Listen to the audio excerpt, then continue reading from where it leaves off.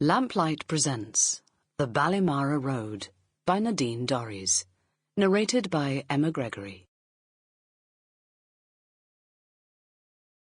Chapter 1. It was early on Christmas morning at St. Vincent's Convent in Galway. "Frank, wake up! Did you hear that?" Maggie O'Brien prodded her sleeping husband in the back in an attempt to wake him. "Frank, 'tis someone knocking on the lodge gate. Wake up now." Frank O'Brien was not in bed with his wife. Deep in the heart of a dream, he had just won first prize for his best onions at the Castlefield show. All around him, people clapped and cheered as he stood at the front of the produce tent, holding high a bunch of onions so big, brown, and sweetly perfect that it aroused naked envy in the eyes of the assembled gardeners and farmers. "Frank, will you feckin' wake up? 'Tis the gate. Who can it be knocking at this ungodly hour? 'Tis the middle of the night." Frank woke with a start as his ethereal body entered its earthly form with an unpleasant jolt. Startled, he begrudgingly opened one eye and viewed the world of the living. His first prize elation faded within seconds.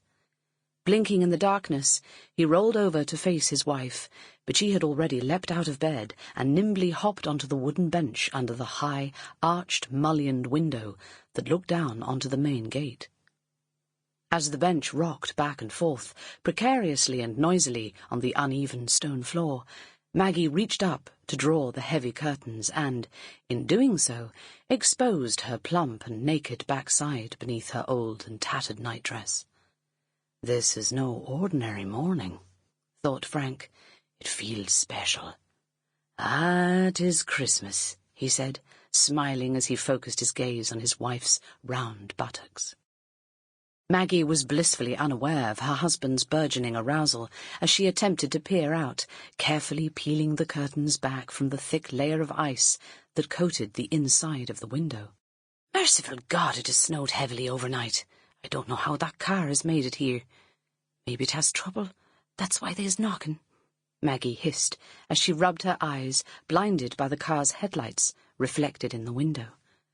"'Tis odd indeed to be knocking on a convent gate at this time," said Frank, swinging his legs out of bed to place his feet on the cold stone floor.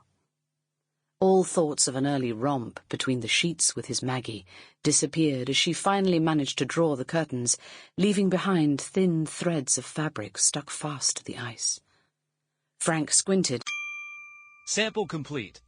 Ready to continue?"